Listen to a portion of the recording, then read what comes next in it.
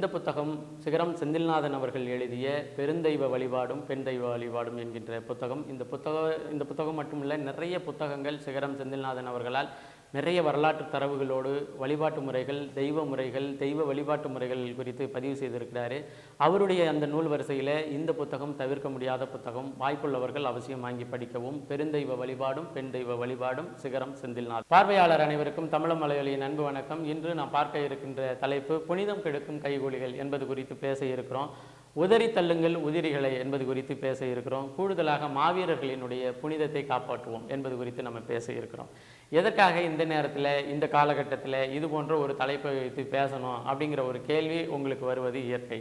அதற்கு ஒரே ஒரு காரணத்தை சொல்லிட்டு நம்ம காணொளி பதிவுக்கு போகலாம் அப்படிங்கிறது என்னுடைய எண்ணம். என்ன பதில் அப்படின்னு சொன்னால், 2009 ஈழத்தில் இனப்படுகொலை நிகழ்த்தியது சிங்கள பேரினவாதம். அந்த சிங்கள பேரினவாதம் இனப்படுகொலை நிகழ்த்திய பிறகு சொன்னது என்னன்னா, இந்தியா விரும்பிய போரை நாங்கள் நடத்தி முடித்தோம் அப்படின்னு. அப்போது 2009 ஈழத்தில் நடந்த இனப்படுகொலைக்கு மிக முக்கியமான சூத்திரதாரி யாருன்னா காங்கிரஸ் கட்சி. அந்த காங்கிரஸ் கட்சி அப்பொழுது அறுதி பெரும்பான்மை இல்லாது இருந்த நிலையில் தன்னுடைய 40 பாராளுமன்ற உறுப்பினரையும் காங்கிரஸ் கட்சியினுடைய கூட்டணிக்கு கொடுத்து காங்கிரஸ் கட்சி கீழே விழுகாமல் பாதுகாத்தது திராவிட முன்னேற்ற கழகம். இந்த புரிந்துணர்வின் அடிப்படையில் இங்கே மட்டும் இல்லை, ஈழத்தில் மட்டும் இல்லை, உலகமெங்கும் பரவி வாழ்கின்ற எல்லா தமிழர்களுக்கும் தெரியும், 2009 ஈழத்தில் நடந்த இனப்படுகொலையினுடைய சூத்திரதாரி யார் என்றால் காங்கிரசும் திமுகவும் சிங்கள பேரினவாதம் என்பது தான். இப்போ நம்ம செய்தி என்னன்னா, அப்படி ஈழத்தில் 2009 இனப்படுகொலையை நடத்தி முடித்த காங்கிரஸ் கட்சியில் இருக்கின்ற ஒரு சிலரினுடைய வாக்கினை பெற்று அந்த காங்கிரஸ் கட்சியினுடைய கூட்டணியில் தாங்கி பிடித்த திராவிட முன்னேற்ற கழகத்தினுடைய உதயசூரியன் சின்னத்தில் நின்று வென்று இருந்த ஒருத்தரை அழைச்சிட்டு நாங்கள் மாற்றாக நடத்துகிறோம் என்று சொல்லுகின்ற ஒரு மாவீரர் நாளில் மாவீரர்களுக்கு வீர வணக்கம் செலுத்துகின்ற மாவீரரினுடைய சுடரேற்ற நிகழ்வில் அவருடைய கையால் தான் இந்த சுடர் ஏற்றப்படுகிறது என்றால், மாவீரர்களினுடைய தியாகத்தை, அந்த ஈழத்தினுடைய விடுதலை உணர்வை இதை விட கொச்சைப்படுத்திவிட எவராலும் முடியாது என்பதன் அடிப்படையில் தான் இந்த காணொளி பதிவு. அது யார் இது மாதிரி செய்கிறா, என்ன செய்கிறா அப்படிங்கிறத இந்த காணொளியினுடைய போக்கில் நம்ம தெரிந்து கொள்ளலாம். இப்போ வந்துடுவோம். இப்போது நவம்பர் மாதத்தை பொறுத்தவரையிலையும் இங்கே இருக்கிறவர்களும் தமிழ் தேசியர்களுக்கு மட்டுமின்றி ஈழத்தில் இருக்கின்ற உறவுகள் அனைவரும் மட்டுமின்றி உலகில் தமிழர்கள் எங்கெல்லாம் பரவி வாழ்கிறார்களோ அங்கு எல்லா இடத்திலையும் இந்த நவம்பர் மாதத்தினுடைய கடைசி வாரம் என்பது ஒரு மாதிரியான காந்திரமான உணர்வலைகளை தன்னுடைய இதயத்தில் ஏற்றுக்கொள்ளுகின்ற ஒரு மாதம். அதற்கு காரணம் என்னென்னா, தமிழீழ விடுதலை களத்தில் தன்னுடைய உயிரை தியாகம் செய்து களத்தில் பலியானவர்களினுடைய நினைவை போற்றுகிற மாதம் மாவீரர் மாதம். இந்த மாவீரர் மாதத்தில் என்ன நடக்கும் அப்படின்னு சொன்னால், அவர்களுக்கான சுடையேற்று, அதே போல் தலைவர் மாவீரர்களினுடைய நினைவலைகளை பகிர்ந்து கொள்வது. கூடுதலாக என்ன நடக்கும்னா, நம்ம அடுத்து எடுத்து வைக்கின்ற விடுதலை போருக்கான ஆன்ம பலத்தை உருவாக்குவது. இதுதான் அதாவது தலைவர் களத்தில் நின்ற காலம் வரை, அங்கு விடுதலை போராட்டம் வேகமாக செயல்பட்ட காலம் வரை, 2009 வரை ஒவ்வொரு மாவீரர் நாளன்றும் தலைவர் தோன்றி அவருடைய பதிவாக அவர் என்ன பதிவு செய்வார்னா, இறந்து போனவர்களினுடைய தியாகத்தை போற்றி அவர்கள் அடைய விரும்பிய லட்சியத்தை அடைவது மட்டும்தான் நம்முடைய வேலை என்பதை பதிவு செய்வார். இப்போ இது சிங்கள பேரினவாதம் ஒரு ஒரு பார்வை பார்க்கும் இல்லையா, எப்பட்றா இந்த விடுதலை படைக்கு மட்டும் கூட்டமாக போய் தன்னுடைய பிள்ளைகளை கொடுத்து, பிள்ளையை பழி செய்தால் கூட அடுத்த பிள்ளைகளை கொடுத்து, அடுத்த பிள்ளைகளை கொடுத்து, இது மாதிரி தன்னிடம் பெற்ற 5 பிள்ளைகள் இருந்தாலும் 5 பிள்ளைகளையும் மாவீரர்களாக மாற்றி அழகு பார்க்க வேண்டிய அந்த ஆன்ம பலம், அந்த உறுதி வாய்ந்த தன்மை எங்கிருந்து வந்தது அப்படிங்கிற ஒரு கேள்வி சிங்கள பேரினவாதத்திற்கு, அந்த அரசியல் சூழலுக்கு ரொம்ப காலமாகவே இருந்தது. அதற்கு என்ன பண்ணாங்க அப்படின்னு சொன்னால், அவர்கள் நெடிய ஆய்வுகளுக்கு பிறகு இவர்களுக்கு இந்த உறுதியை, தன்னுடைய பிள்ளைகளை, ஒரு பிள்ளை இறந்து போனாலும் இன்னொரு பிள்ளையை அனுப்பி வச்சு களத்தில் வந்து போராட செய்கிறது, 4 பிள்ளை பெத்தா 4 பிள்ளையும் வந்து மாவீரர்கள் ஆக்குவது, இன்னும் கூடுதலாக மாவீரர்கள் அதாவது 4 பிள்ளை களத்தில் போன பிறகு அந்த மாவீரர் பிள்ளைகளை பெற்றெடுத்த தாய் வருந்துவது, எனக்கு இன்னும் 2 பிள்ளை பிறந்திருந்துச்சுன்னா அந்த 2 பிள்ளையும் நான் களத்தில் அனுப்பி இந்த விடுதலை போராட்டத்திற்கு மாவீரர்களாக மாற்றி இருப்பேனே அப்படின்னு சொல்லுகின்ற அந்த உளவியலை வந்து சிங்கள பேரினவாதம் என்ன புரிஞ்சுக்கிச்சுன்னா, ஒவ்வொரு மாவீரர் நாளிலும் இவர்கள் எடுக்கின்ற அந்த ஆன்ம உணர்வு, இவர்கள் எடுக்கின்ற உறுதிமொழி தான் இவர்களுக்கு விடுதலை போராட்டத்தினுடைய பயணத்தினுடைய ஆன்மபலமாக இருக்கு அப்படின்னு சொல்லி இந்த சிங்கள பேரினவாதம் புரிந்து கொண்டது.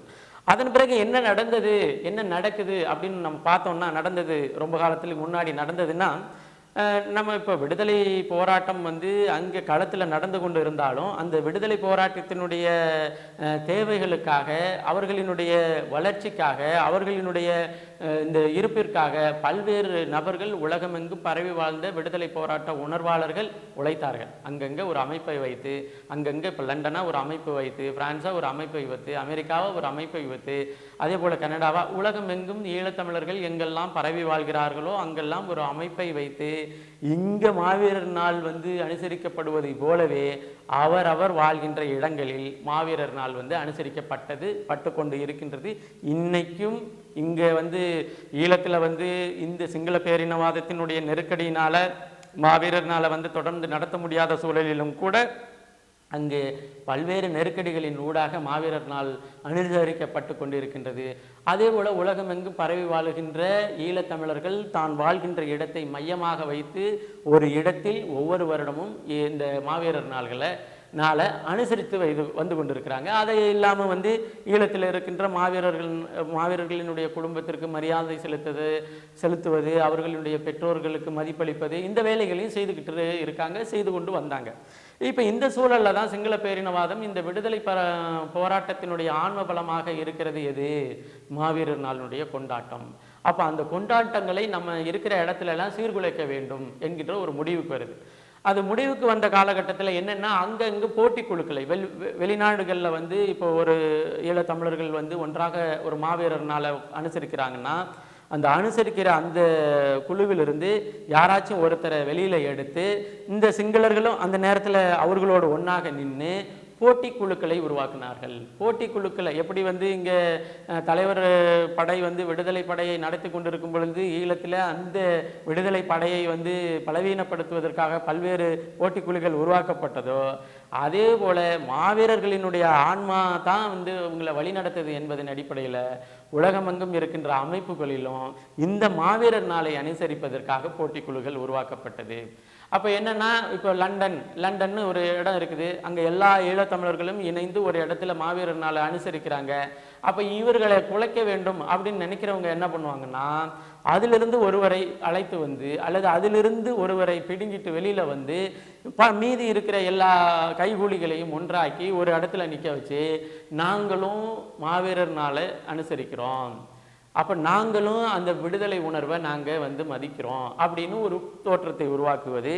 அந்த தோற்றத்தை உருவாக்கிய உடனேயே என்ன நடக்கும் அப்படின்னு சொன்னால், சரி சில பேர் சரி இதுதான் உண்மையான அமைப்போ, இதுதான் போலியான அமைப்போ அப்படிங்கிற ஒரு பிளவுவாத சிந்தனை அங்கே வந்துடும். அப்போ இதில் யார் பக்கத்து போகிறதுங்கிற ஒரு குழப்பம் அங்கே வந்துடும்.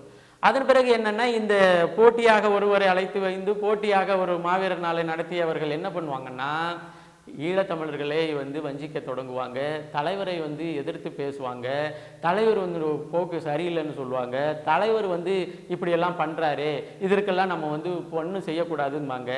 அதே போல் அந்த விடுதலை போராட்டத்திற்கான நிதிகளை சேகரிக்கும் பொழுது இவர்கள் என்ன, இந்த போட்டி குழுக்கள் உருவாக்கப்பட்ட போட்டி குழுக்கள் என்ன நடக்கும் அப்படின்னு சொன்னால், இல்லை அங்கே கொடுக்காதீங்க, எங்கள்கிட்ட கொடுங்க, எங்கள் மூலியமாக அங்கே போகட்டும், நாங்களும் மாவீரர் நாள் அனுசரிக்கிறோம், நாங்களும் இதை பண்ணுறோம், நாங்களும் இதை செய்கிறோம். அப்போ பார்த்தீங்கன்னா இந்த சிங்களர்கள் கூட வந்து மாவீரர் நாள் நின்று அப்படியே இதுன்னு ஏமாற்றுகிற வேலை. இது ஒன்று இன்று இல்லை, ஒரு வருடம் 2 வருடம் இல்லை, பல வருடங்கள் இந்த உண்மையான ஈழத்தமிழர்கள் நின்று உணர்வு ரீதியாக கொண்டாடப்படுகின்ற மாவீரர் நாள் கொண்டாடப்படுகின்ற அதே இடங்களில் இந்த ஒட்டுக்குழுக்களாக இருக்கின்ற இந்த பிரிவினை குழுக்களும் அந்தந்த இடத்துல மாவீரர் நாளை கொண்டாடுகிறோங்கிற பேரில் குழப்பவாதம் செய்து கொண்டிருந்தது. அப்போது ஒரு காலத்தில் விடுதலை போராட்டத்திற்கு அனுப்பப்பட்ட எல்லா உதவிகளும் ஒரு காலகட்டத்தில் குறையுது அப்படின்னு சொன்ன பிறகுதான் தலைவருக்கு என்ன தோணுதுன்னா, சரி எதற்கு காரணம் என்னன்னா, அங்கே போட்டி குழுக்கள் உருவாக்கியிருக்கு, போட்டி குழுக்கள் யார் என்ன அப்படின்னு பார்த்துட்டு தான் விடுதலை போராட்டத்தினுடைய தலைமை ஒரு முடிவுக்கு வருது. வெளியில் இருக்கின்றவர்களில் யார் நம்மவர்கள் என்பதை அங்கீகரிக்க வேண்டிய ஒரு சூழல் வந்தது. அப்போதைக்கு அது இங்கே ஈழ தமிழர்களினுடைய போராட்ட வரலாறுல அதே போல் அனைத்துலக அரசியல் பார்வை உள்ளவர்கள்ட்ட இதை பற்றி பேசுனீங்கன்னா கதையாக சொல்லுவாங்க. இந்த நாட்டில் எந்த காலகட்டத்தில் என்ன மாதிரியான போட்டி குழுக்கள் யாரால் உருவாக்கப்பட்டது, என்ன மாதிரியாக அது செயல்பட்டது, அது இறுதி யுத்த காலகட்டத்தில் நாங்கள் கிழக்கே இழுக்கும் பொழுது அது மேற்கே இழுத்தது, இது போன்ற வேலைகள் எல்லாம் அது செஞ்சது. இதையெல்லாம் மீறி தான் நாங்கள் விடுதலை போராட்டத்திற்கு இறுதி யுத்த காலகட்டத்தில் நாங்கள் சேவை செய்திட முடிஞ்சது அப்படிங்கிற கருத்தை ஒரு நாட்டில் இல்லைங்க, 2 நாட்டில் இல்லைங்க, ஈழத்தமிழர்கள் பரவி வாழ்கின்ற எல்லா நாடுகளிலும் நீங்கள் கேட்கறது சர்வசாதாரணமாக கேட்டிருப்பீங்க. குறிப்பாக இந்த காணொலி பதிவை இது போன்ற ஒரு அரசியல் பார்வை உள்ளவர்கள் பார்த்தா சரியான ஒரு பதிவாக தான் உங்களுக்கு தோன்றும்.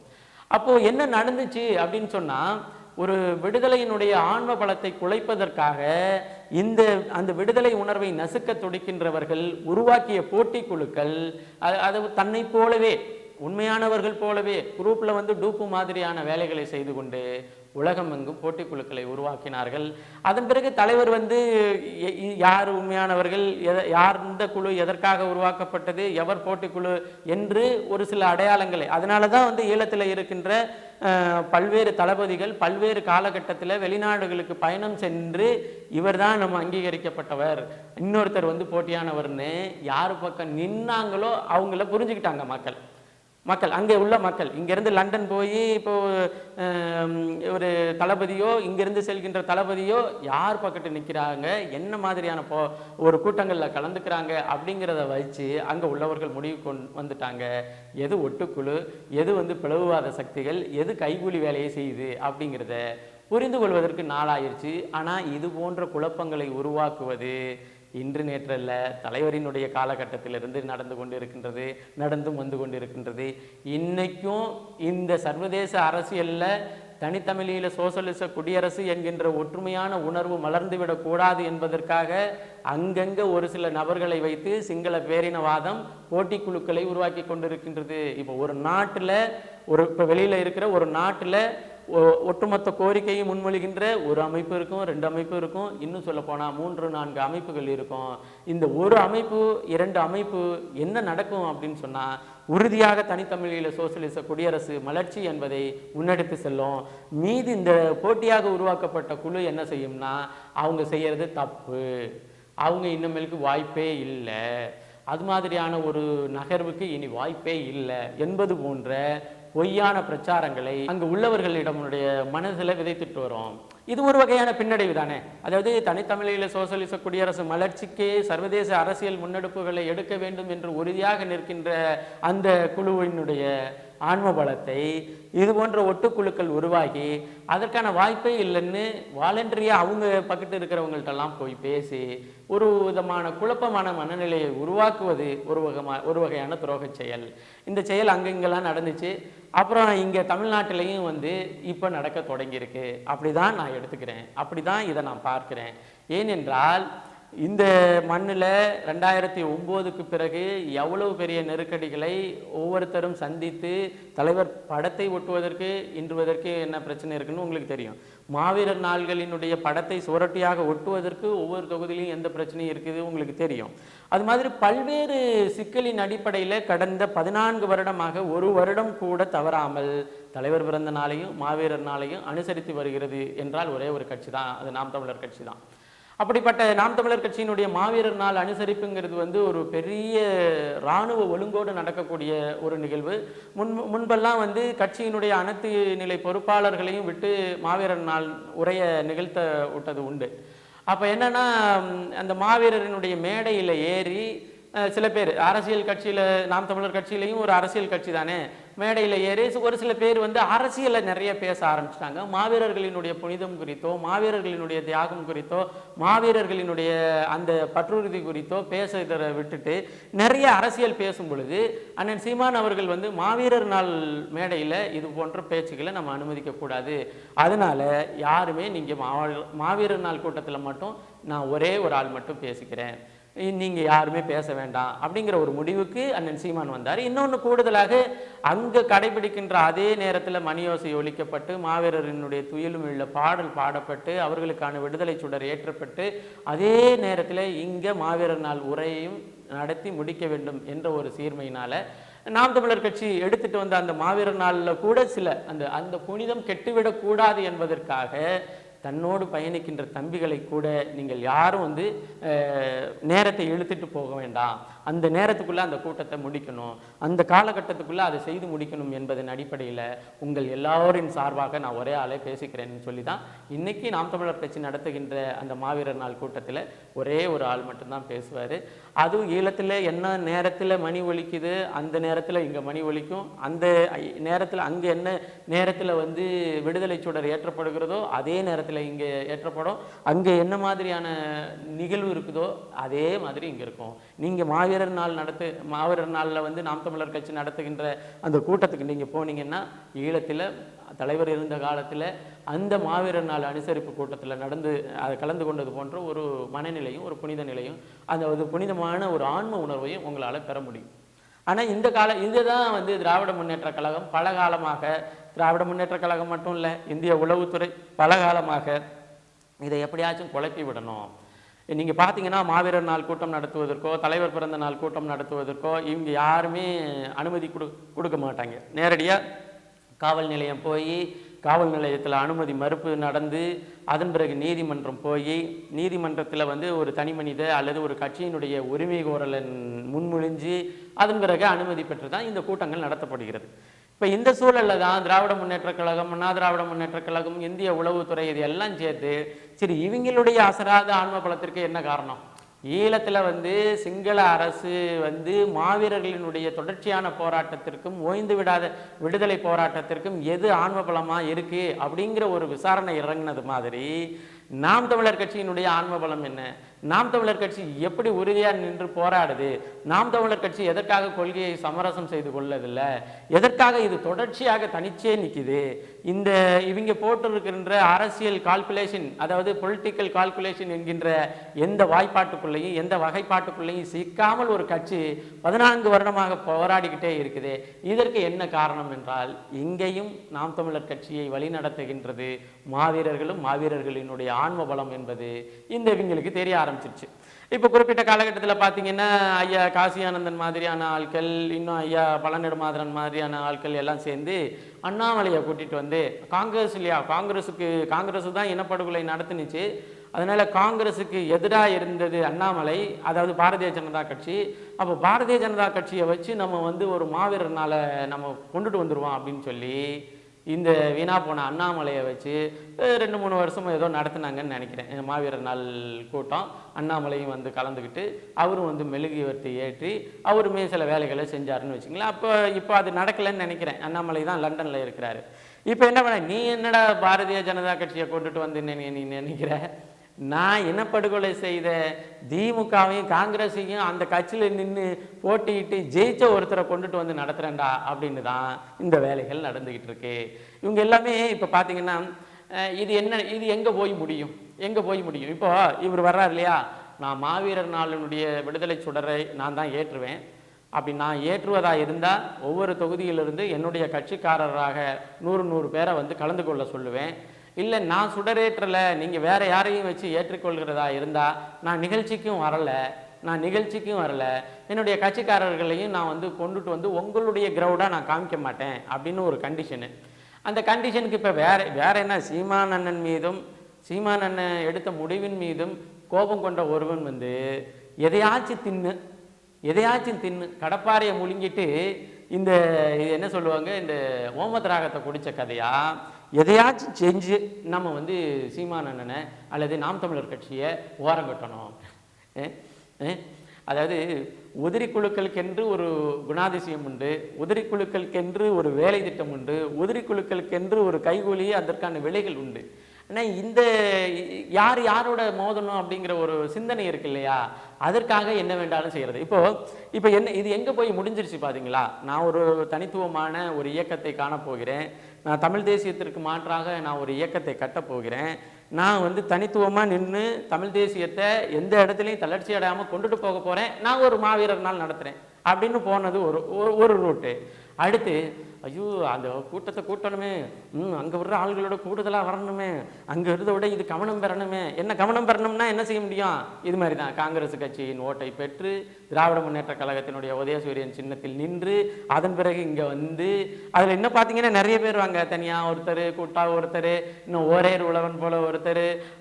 அதில் பார்த்தீங்கன்னா அந்த பட்டியலில் பார்த்தீங்கன்னா அந்த மாவீரர் நாளினுடைய பட்டியலை பார்த்தீங்கன்னா அந்த கருவாட்டு சாம்பார்னு சொல்லும் இல்லையா, கருவாட்டு சாம்பார் மாதிரி, அதாவது தாவேகாவினுடைய கருவாட்டு சாம்பார் கொள்கைகள் மாதிரி இந்த ஒவ்வொருத்தரும் ஒவ்வொரு புரிதல் உள்ள இவங்க எல்லாருமே என்னன்னா தலைவர் பிரபாகரனுக்கே அறிவுரை வழங்கக்கூடிய ஆட்கள். இது மாதிரி ஆட்களை வச்சு தான் இந்த போட்டி குழுக்கள் உருவாக்கப்பட்டிருக்கு. இப்போ எப்படி இது நடக்குது அப்படின்னு சொன்னால் அதுக்கு விலாவரியாக நிறைய பேசணுங்க. எங்கே வாங்க, என்ன போகுது, எங்கே வருது, என்ன மாதிரியான வேலை திட்டங்கள், எங்கேருந்து பணம் வருது, இந்த வேலைகளை யார் செய்கிறா, நான் அதாவது ஒருத்தரை வந்து மாவட்ட பொறுப்பாளராக போட்டு ஒரு வேட்பாளராக இந்த துறை வையாபுரியை வந்து வேட்பாளர் களத்தில் நாம் தமிழர் கட்சி ஒரு வேட்பாளரை நிறுத்தி நீ நாம் தமிழர் கட்சிக்காரனாக நின்று நம்ம வேட்பாளருக்கு வேலை செய்யி அப்படின்னு சொல்லிட்டு இருந்த காலகட்டத்தில் எவ்வளோ முறை வந்து எதிர்க்கட்சி வேட்பாளராக அவரை வந்து கோபத்தோடும் அவருடைய பிழைப்புவாதம் குறித்தும் எவ்வளவு கோபம் கொண்டிருப்போம். அது எப்படி கட்சி விட்டு போன உடனேயுமே அவருடைய அலுவலக திறப்புக்கு ஒன்று கூப்பிடுறாரு, நீ போய் சால்வை போடுற, அப்போ நீ இதுவரையிலையும் வந்து நாம் தமிழர் கட்சியினுடைய மாவட்ட செயலாளராக இருந்துவிட்டு வேற ஒரு வேட்பாளருக்கு வேலை செஞ்சுருக்கிற அப்படிங்கிறத நீ எதனா சொல்கிற. இப்போ தெரியுதா எதற்காக உன்னை தள்ளி வச்சாங்க அப்படின்னு. அப்போ இது போல் இந்த இந்த கைகூலிகள் செய்கின்ற வேலை வந்து அவங்களுக்கு கூலி கிடச்சிரும், அவங்க வந்து ஏதோ ஒன்று செஞ்சுட்டு செய்கிறோம் அப்படிங்கிற ஒரு கணக்கு கிடச்சிரும். ஆனால் அவங்க முன்னெடுக்கிற அந்த மாவீரர்களினுடைய நாட்களினுடைய புனிதம் இருக்கு இல்லையா, அந்த புனிதத்தின் நிலை என்ன, எப்படி வெளிநாடுகளில் இருக்கின்ற ஈழத்தமிழர்களினுடைய ஓர்மையை குலைப்பதற்காக அங்கிருந்து ஒருவரை அழைத்து சிங்கள பேரினவாதம் நிறைய கைகூலிகளாக செயல்பட்டவர்களை கொண்டு வந்து ஒரு போட்டி வேலையை நடத்துனுச்சோ, அதே போல இங்கே காங்கிரஸில் கட்சியினுடைய ஓட்டினை பெற்று உதயசூரியன் சின்னத்தில் நின்று வென்று அப்படி போட்ட ஒரு ஆளை கூட்டிட்டு வந்து நான் மாவீரர் நாளினுடைய சுடரை ஏற்றுவேன்னு சொன்னால் உண்மையிலேயே மாவீரர்களினுடைய ஆன்மா உங்களை மன்னிக்காது. சீமான் இல்லை, சீமான் தம்பிகள் இல்லை, தமிழ் தேசிய அரசியல்வாதிகள் இல்லை, உலகமெங்கும் இருக்கின்ற ஈழத்தமிழர்கள் இல்லை, யாரும் கூட எல்லாரையும் கூட நீங்கள் வாங்கின கைகூலிக்காக அவர்களை அசட்டை செய்துவிட்டு அவர்களை கடந்து போயிடலாம். ஆனால் உறுதியாக சொல்கிறேன், இந்த காணொலி பதிவின் வாயிலாக சொல்கிறேன், மாவீரர்களினுடைய ஆன்மா மன்னிக்காது. ஏனென்றால் இனப்படுகொலையினுடைய சூத்திரதாரியை வைத்துதான், ஈழத்தில் இனப்படுகொலை செய்து முடித்தவர்களினுடைய கூட்டு தலைமைகளை வைத்துதான், அந்த தலைமையின் நின்று ஒரு சீட்டை வென்றவரை வைத்துதான் மாவீரர்களுக்கான வீரவணக்க சுடரை ஏற்றுவதை தாண்டி அவர்களினுடைய தியாகத்தை கொச்சைப்படுத்தி விட எவரும் முடியாது. இப்போ இந்த நிகழ்வுகள்லேருந்து நாம் என்ன கற்றுக்கணும் அப்படின்னு சொன்னால், நாம் மாவீரர்களினுடைய புனிதத்தை காப்பாற்ற வேண்டும். மாவீரர்களினுடைய புனிதத்தை காப்பாற்றுவது எப்படி? யாரெல்லாம் மாவீரர்களினுடைய புனிதத்தை கடந்த காலத்தில் கொச்சைப்படுத்தினார்களோ அவர்களோடு விலகி நிற்பது. இன்னும் சொல்ல போனால் இந்த திராவிட முன்னேற்ற கழகம், இந்த காங்கிரஸ் மாவீரர்களினுடைய ஆன்மாவை கேலி செய்கின்ற உணர்வுகளை பிரதிபலிக்கின்ற இன்னும் பல்வேறு அரசியல் கட்சிகள் இவர்களையெல்லாம் விலகி வைத்துட்டு நீ ஒரு தனி மகனா நின்று கூட நீ ஈழத்தமிழர்களுடைய ஆன்மாவுக்கு, அவர்களுடைய ஆன்ம பலமாக இருக்கின்ற மாவீரருக்கு வீரவணக்க சுடர் ஒரு மெழுகுவத்தி போதும். நீங்கள் வந்து கூட்டமாக கூட்டி அவரை கொண்டுட்டு வந்து அவர் ஒவ்வொரு தொகுதியிலிருந்து உங்களுக்கு 100 பேரை வரவழைச்சு அவர் அதன் மூலமாக நான் தான் மாவீரர் நாள் சுடரை ஏற்றுவேன்னு சொல்கிறது என்ன பெரிய அவமரியாதை. அதை தான் நம்ம கருத்தாக பதிவு செய்ய வேண்டும் என்று நினைச்சது. இந்த காணொலி பதிவின் வாயிலாக நாம் சொல்கிறது என்னன்னா, உலகெங்கிலும் இது போன்ற ஒட்டுக்குழுக்கள், உதிரி குழுக்கள், பிழைப்புவாத குழுக்கள், கைகூலிகள் உருவாக்கி கொண்டே இருக்கிறார்கள். ஒரு விடுதலை உணர்வு கொண்ட ஒரு இயக்கம் தொடங்கும் பொழுது அந்த இயக்கத்தை சீரழிக்கிற விதமாக அந்த இயக்கத்திற்கிலிருந்து ஒருத்தரை அழைத்து வந்து வேலை செய்கிறது, மாற்று நாங்கள் தான் மாற்று என்று சொல்வது இது பலகாலமாக நடந்தது. விடுதலை போராட்டத்தை முன்னெடுத்த விடுதலை படை உருவாக்கப்பட்ட அந்த காலகட்டத்தில் கூட ஒரே ஒரு படையாக அங்கே இல்லை. போட்டி குழுக்களும் போட்டி படைகளும் உருவாக்கப்பட்டு தலைவரினுடைய படைக்கு மிகப்பெரிய தொந்தரவாக இருந்தது. என்னன்னு வரலாறு உங்களுக்கு தெரிஞ்சிருந்தால் தயவு செய்து படித்து பாருங்கள். கூடுதலாக நாம விழிப்புணர்ச்சியோடு எது மாவீரர்களினுடைய புனிதத்தை காப்பாற்றும். காங்கிரஸ் கட்சியினுடைய அனுசரணை பெற்ற ஒருவரால் வந்து விடுதலை சுடர் ஏற்றப்பட்டு மாவீரரினுடைய மதிப்பு கூட்டப்படுமா என்கின்ற மனநிலைக்கு நம்ம வரணும். மற்றபடி ஐயோ அவர்கள் ஏற்றப்படுறாங்க, இங்கே பெரிய புரட்சி வெடிச்சிருச்சு, அந்த போட்டிக்குழுக்கெல்லாம் நம்ம பயந்து போயிட்டோம், அதனால நம்மளுக்கு பெரிய பாதிப்பு, அப்படியெல்லாம் கிடையாது. இந்த காணொளி பதிவில் நம்ம முன்வைத்தது என்னன்னா, மாவீரர்களினுடைய புனிதத்திற்கு நீங்கள் விடுதலை சுடர் ஏற்றுகின்ற அவர் தகுதியானவரா என்கின்ற ஒரு கேள்விதான். காங்கிரஸ் கட்சியினுடைய ஓட்டினை பெற்று உதயசூரியன் சின்னத்தில் நின்ற ஒருவர் வந்து விளக்கேற்றுதான் மாவீரர்களுடைய தினம் அனுசரிக்கப்பட வேண்டும் என்றால் அவர்கள் மாவீரர்கள் அவமதிக்கப்படுகிறார்கள் என்பதை வெளிப்படுத்தப்பட வேண்டிய கருத்து நம்முடைய கடமை என்பதை பதிவு செய்து, இது போன்றவர்களை நாம் தள்ளி வச்சுட்டு, உதிரிகளை தள்ளி வச்சுட்டு, நாம் இந்த விடுதலைக்கு உண்மையாக உழைத்தவர்களை நினைவை போற்றுகின்ற ஒரு நிகழ்வை முன்னெடுப்போம் என்பதை பதிவு செய்து மீண்டும் ஒரு காணொலி பதிவில் இணைவோம். நன்றி, வணக்கம்.